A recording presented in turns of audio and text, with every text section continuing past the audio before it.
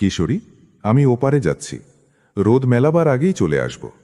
আমার সমস্ত গমের বস্তা বিকিয়ে গেলে তোমার জন্য দামি রেশমি পোশাক আনব। সৃষ্টিকর্তার সহায় হন আব্বাজান, তবে সাবধানে পথ চলবেন, কেননা সরাইখানায় অনেক ধূর্ত লোক ওত পেতে থাকে। সেখানে অনেকে ঠকিয়ে ভাণ্ডার ভরে আর অভাদারা সব হারায়। শস্য বিসর্জন দিয়ে দ্রুত আলয়ে ফিরে আসবেন। আমি উনুন জেলে পথ চেয়ে থাকব। ঠিক আছে আম্মু, আমি তোমার উপদেশ স্মরণে রাখব। গমের দানা নাও, সোনালি শস্য নিয়ে নাও, উন্নত শস্য নাও, টাটকা দানা নিয়ে নাও। এই সদাগর, এই দানাগুলো কি বিক্রয়যোগ্য? অবশ্যই বিক্রয় জনাব। তবে বিনিময়ে কত অর্থ প্রদান করবেন তুমিই জানাও। কত গ্রহণে রাজি? 2 মোহর দেবেন। এই বিনিময় তো অস্বাভাবিক। যাই হোক, তুমি কি 2 মোহরেই দেবে? শস্য যেভাবে আছে সেভাবেই হস্তান্তরিত হবে, অর্থাৎ অভিন্ন অবস্থায় দেবে। কোনো ওজোর থাকবে না তো?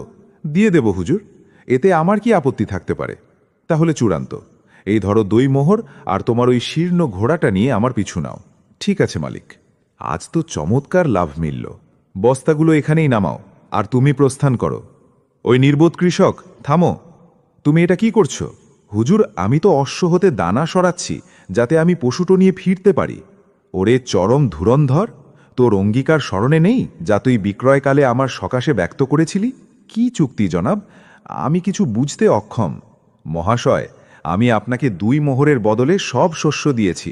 এখন মাল নামিয়ে আমি আমার ঘোড়া নিয়ে যাচ্ছি। আমরা সব শস্য নয়, বরং 2 মোহরের বিনিময়ে তুই আমাকে তোর পশুটিও সঁপেছিস। তুই কি এই কথা বলিসনি যে শস্য যেভাবে আছে সেভাবেই বিক্রি করবি? হুজুর, আপনি এটা কি বলছেন? চুক্তি অনুসারে এখন এই অশ্ব আমার। তোর জিনিসের মূল্য পরিশোধ হয়েছে, তাই তুই এখান থেকে বিদায় হন, নতুবা আমি রক্ষী ডেকে তাড়াব। না না হুজুর, এমন করবেন না। আমি নিঃস্ব সত্তা। আমার কুটিরে আমার যুবতী কন্যা আছে, তার ঘর বাঁধতে হবে। আমি দেউলিয়া হয়ে যাব। পড়শিরা এদিকে এসো। ওহে নগরবাসী, দেখো সকলে এই কৃষকের চাতুর্য। আগে চুক্তি করল, এখন অস্বীকার করছে, আর বুক ফুলিয়ে অন্যায়ও করছে। এটা কি ক্ষমার যোগ্য? না না, কখনো নয়। তাহলে এর ধৃষ্টতার কারণে এর সাথে কি আচরণ করা উচিত? আমার মতে একে প্রধানের দরবারে নিয়ে যাও। হ্যাঁ হ্যাঁ, এটাই সমীচীন হবে। নিজের মালের পূর্ণ মূল্য পরিশোধ হয়েছে, আর বণিক নিয়ম মাফিক পয়সা দিয়েছে, তাই ত্রুটি তোর। এখন ঘোড়ার ওপর কৃষকের কোনো সত্ত্ব নেই। এখানেও সুবিচার অনুপস্থিত। আব্বা, সব কুশল তো আছে? কি বলবো মা, আমাদের তো ভাগ্যই মন্দ। এমনিতেই আমাদের কাছে কিছুই ছিল না, আজ আমাদের ঘোড়াও হাতছাড়া হলো। বণিক শস্য ক্রয়ের অছিলায় বাড়ি ডেকে ঘোড়া আর দানা দুটোই হরণ করল। তুমি উদ্বিগ্ন হও না আব্বা, সব মিটে যাবে। বিধাতার রায়ে বিলম্ব আছে, কিন্তু অবিচার নেই। আব্বা, আজ তোমার দেহ অসুস্থ, তাই আজ আমি ফল বেচতে যাচ্ছি। হয়তো আমি ফল ভালো অর্থমূল্যে বেচতে পারবো। যেটা তুমি শ্রেয় মনে করো মা, যাও, আমি তোমার প্রতীক্ষায় থাকব। যদি ওই জোচ্চোর পাপিষ্ঠ বণিকের সাথে সাক্ষাৎ হয়, তবে তাকে সঠিক শিক্ষা প্রদান করব। রসালো ফল নাও, সুমিষ্ঠ ফল, অল্প দামে নাও পাকা ফল। বাহ, আজ পুনরায় একটি শিকার আমার কাছে এসেছে। গতকাল একটা ঘোড়া পেয়েছিলাম, আজ ফলের সাথে আস্ত খচ্চরও পেয়ে যাব। ওই খুকি, তোমার ফল কি বেচবে? জি হুজুর। অর্থমূল্য কত? মূল্য 3 রৌপ্য মুদ্রা হুজুর। চড়া দাম। মূল্য কিছুটা হ্রাস করবে না? 4 সিক্কায়ও আপনার কাছে দামি মনে হবে না হুজুর। হুজুর, ফলগুলো একদম তাজা। সম্মত থাকলে বলুন। এই বালিকা তো বেশ বুদ্ধিমতী মনে হচ্ছে। যাই হোক, কোনো ব্যাপার না, অচিরেই এর সব গর্ব চূর্ণ হয়ে যাবে। কি ভাবছেন মালিক? দ্রুত বলুন, নইলে আমি অন্য গ্রাহক খুঁজি। ঠিক আছে, আমার কাছে 3 সিক্কায় চুক্তি গ্রাহ্য, কিন্তু এই ফলগুলো যে অবস্থায় আছে সেভাবেই হস্তান্তর করতে হবে। তোমার মঞ্জুর আছে? ওহো, তাহলে এই সেই কুটিল ঠগ বণিক। আজের রক্ষা নেই। এমন পাল্টা জবাব দেব যে জন্মেও বিস্মৃত হবে না। আরে খুকি, উত্তর জলদি দাও, আমার কাছে অহেতুক সময় নেই। ঠিক আছে হুজুর, বেচে দেব, কিন্তু আমারও একটি দাবি আছে যে আপনিও আমাকে মুদ্রা সেই অবস্থায় দেবেন যেভাবে সেগুলো রক্ষিত থাকবে। ঠিক আছে, ঠিক আছে, আমার তোমার দাবি গ্রাহ্য। বিলম্ব না করে তোমার খচ্চরকে আমার পিছু নিয়ে চলো। মালিক, ফল কোথায় রাখব? আরে মূর্খ বালিকা, তুই কি চুক্তি করেছিলি ভুলে গেলি? তো আমি মনে করিয়ে দেব। বণিকজি, আমি তো একদম বিস্মিত হয়েছিলাম। ক্ষমা চাই, এক্ষুনি পশু বেঁধে দিচ্ছি। আপনার কাজ হয়ে গেল হুজুর। আসুন এখন আমাকেও আমার প্রাপ্য বুঝিয়ে দিন। অবশ্যই অবশ্যই, নাও গ্রহণ করো তোমার মালের পাওনা। বিরত থাকুন মালিক, আপনি এটা কি করছেন? চুক্তি মোতাবেক আপনি ফলগুলো যে অবস্থায় ছিল সেভাবেই কিনেছেন, আর ফলের সাথে সাথে আমার খচ্চরও আপনি পেয়েছেন। কিন্তু আপনি আমার সাথে এই অঙ্গীকারও করেছিলেন যে আপনি মুদ্রা সেই অবস্থায় দেবেন যেভাবে সেগুলো থাকবে, তাই এই ক্ষণে সেগুলো আপনার এক হাতের সাথে আছে। তাই আপনি মুদ্রার সাথে সাথে আপনার একটি হাতও আমাকে দিন, আর নীতি ও চুক্তি অনুযায়ী আপনাকে এটা করতেই হবে। মুদ্রার সাথে আপনার একটি হাতও দিন। কি প্রলাপ বকছিস মেয়ে? প্রলাপ নয় বণিকজি, বরং হকের কথা বলছি। আপনাকে মুদ্রার সাথে আপনার একটি হাত দিতেই হবে। আচ্ছা, তোর এত সাহস, বের হয়ে যা আমার গৃহ থেকে। এভাবে না বণিকজি, এখন তো আমি এখান থেকে আমার পাওনা নিয়েই ফিরব। নগরবাসী, আমার কথা শুনুন। ঈশ্বরের দোহাই লোকজনকে একত্রিত করো না, এই তস্কর বণিকের কাছ থেকে আমাকে ন্যায় পাইয়ে দিন। হে দয়াময়, এখানে তো নেওয়ার চেয়ে বেশি দেওয়া হয়ে গেল। আরে খুকি, শোনো তো, আমার কথা তো শোনো। বণিকজি, এখন তো আমি শুধু একটি শর্তে আপনার কথা শুনতে পারবো, যে আপনি আগে আপনার একটি হাত বিচ্ছিন্ন করে দিন। আরে মেয়ে, হাতের বদলে তোমাকে একটি ঘোড়া, তোমার খচ্চর আর সব ফল এবং এই সবের সাথে চারটি স্বর্ণমুদ্রা দিতে রাজি আছি। না বণিকজি, আমার এইসব সম্পদ না, বরং তোমার একটি হাতই চাই। আজ এই নগণ্য মেয়েটি আমার অস্তিত্ব শেষ করেই ছাড়বে। এখন আপনারা সবাই রায় দিন যে শর্ত অনুযায়ী আমাকে মুদ্রার সাথে সাথে এই বণিকের একটি হাতও পাওয়া উচিত কিনা। অবশ্যই পাওয়া উচিত। হ্যাঁ হ্যাঁ, পাওয়া উচিত। বণিকজি, গতকাল এই একই নীতি অনুযায়ী তুমি এক অসহায় কৃষক থেকে তার ঘোড়া নিয়েছিলে। আজ তোমাকেও তোমার অঙ্গ এই মেয়েকে দিতে হবে, নইলে আমরা টেনে বিচারে নিয়ে যাব। কি ভাই? হ্যাঁ হ্যাঁ, আমরাও পাশে থাকব। আমি বিচারকের কাছে যেতে রাজি। আমার পূর্ণ বিশ্বাস আছে যে তিনি উচিত অনুচিত বিশ্লেষণ করে দেবেন। চলো বিচারে চলো। আমি দরিদ্রের প্রতি দয়া করুন বিচারক মহাশয়, আর আমাকে আমার অধিকার পাইয়ে দিন। কি ঘটেছে সবিস্তারে বলো। অপরাধ বণিকেরই, আর তোমার আর্জি যুক্তিযুক্ত। কিন্তু মেয়ে, তুমি একজন মানুষের অঙ্গ নিয়ে কি করবে? আমার কথা রাখলে অঙ্গের পরিবর্তে এই বণিক যা দিচ্ছে তার অধিক আরও একটি মাদি ঘোড়া নিয়ে নাও। না বিচারকজি, আমার তো চুক্তি মোতাবেক এর একটি হাতই চাই।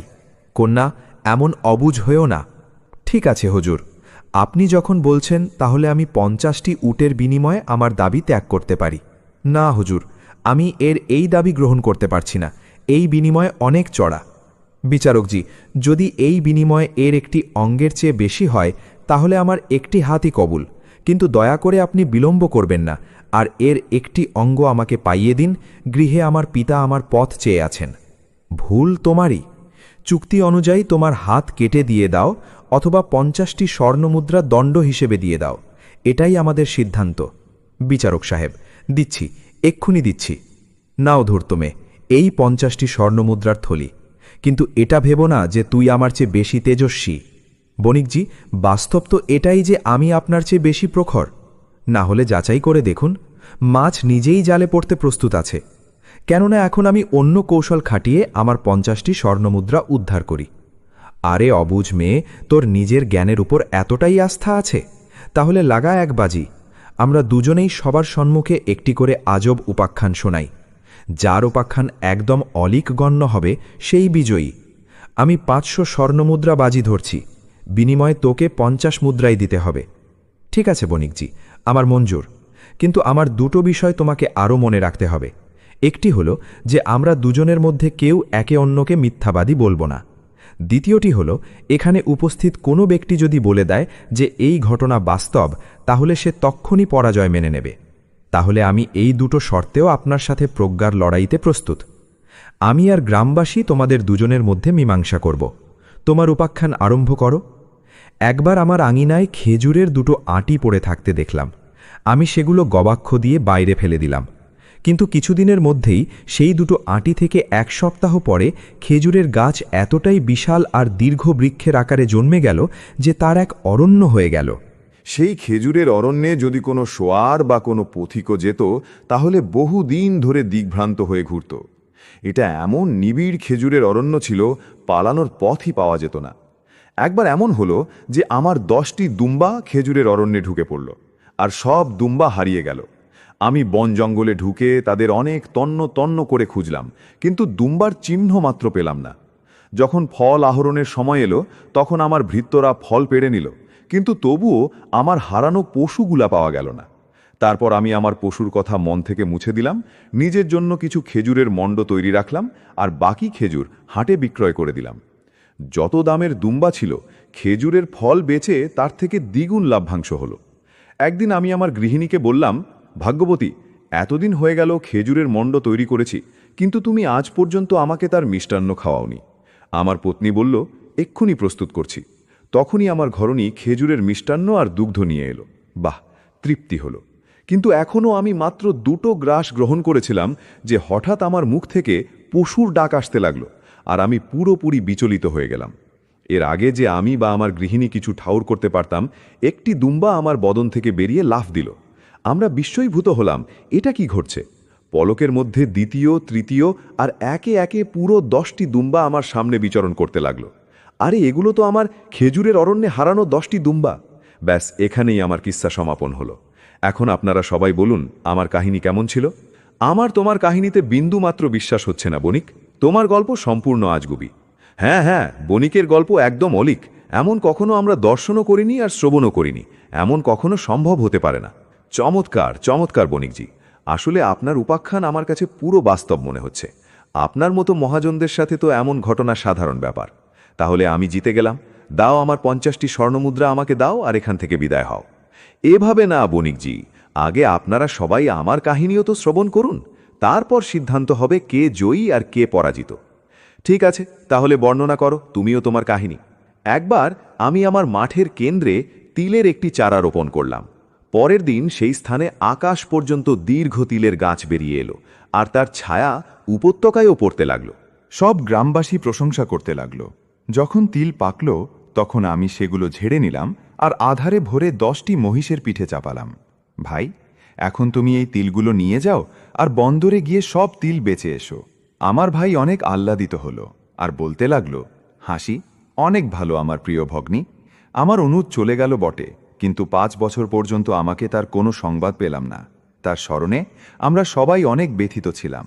জানি না আমার ভাইয়ের সাথে কি অতিবাহিত হচ্ছে, এখন কাকে ভ্রাতা বলে সম্বোধন করব। কিন্তু বিচারকজি, মাত্র অল্প সময় আগে আমার কাছে গোপন সংবাদ পৌঁছালো যে পথিমধ্যে কোনো ঘাতক তাকে লুণ্ঠন প্রহার করে প্রাণ থেকে মেরে ফেলেছে। হাসি, হ্যাঁ হুজুর, অনেক অভাগী আমি তো অপরাধীকে খুঁজে পাওয়ার আশাই ত্যাগ করেছিলাম, কিন্তু বিধাতা আমার সহায় হল আর আমাকে সেই অপরাধীর পরিচয় জ্ঞাত হয়েই গেল। কে সে নরাধম জল্লাদ? সে প্রবঞ্চকার কেউ না হুজুর, এই বণিক লোকটাই, যে সবার সম্মুখে দণ্ডায়মান আছে। এই ব্যক্তি তার খেজুরের অরণ্যেই আমার ভাইকে হত্যা করেছিল। না, আমরা তোমার কথা কোনোভাবে বাস্তব মানতে পারছি না। হ্যাঁ, এই মেয়ের গল্প একদম আজগুবি, এমন কখনো সত্যি হতে পারে না। বিচারক সাহেব, আমার কথা অলিক হলে বণিকজিকেই জিজ্ঞাসা করুন। কি ভাবছেন বণিকজি? দ্রুত বলুন, আমি মিথ্যা বলছি নাকি বাস্তব? আমার দিকে তাকিও না। বণিকজি, দ্রুত প্রতি উত্তর দিন। বালিকা কি সত্য বলছে নাকি মিথ্যা? বিধাতা করুক তোর জিহ্বা খসে পড়ুক। মিথ্যাচারী মেয়ে, তুই একদম মিথ্যা বলছিস, বিশাল মিথ্যাবাদী। এর অর্থ আমি চতুরতার লড়াইতে আপনার চেয়ে জয়ী হলাম। দিন, আমার 500 মুদ্রা দিন আমাকে। এই নাও 500 স্বর্ণমুদ্রার থলে, আর এক্ষুনি এখান থেকে প্রস্থান কর, নতুবা আমি এই মুহূর্তে তোর কণ্ঠরোধ করে দেব, চাহে পরে আমার সাথে যা কিছু ঘটুক। আমি তো যাচ্ছি বণিকজি, কিন্তু আমার 2টো কথা তোমার জীবনে সবসময় স্মরণ রাখবে। প্রথমটি হলো যে কোনো দুর্বল ও অসহায়কে পীড়ন করবে না, আর দ্বিতীয়টি হলো কাউকে অল্প বয়সী ভেবে তার সাথে মেধার ব্যাপারে বাজি ধরবে না, নইলে সেটা তোমার জীবনের সবচেয়ে বড় প্রমাদ হতে পারে। আমার প্রিয় কন্যা, আমি আজ পর্যন্ত অনুধাবন করিনি যে আমার মেয়ে এতটা প্রাজ্ঞ ও পরিপক্ক হয়ে গেছে। এখন চলো মা, এই 500 স্বর্ণমুদ্রা দিয়ে নিজেদের পল্লীতে নিজেদের আলয় নির্মাণ করি। মা, এখন গৃহ নির্মাণ হবে, এসো আমার সাথে। একটা যোগ্য পাত্র দেখে তোমার পানি প্রার্থনা করি। চলুন পিতাজি। হ্যাঁ রে, হ্যাঁ। বন্ধুরা,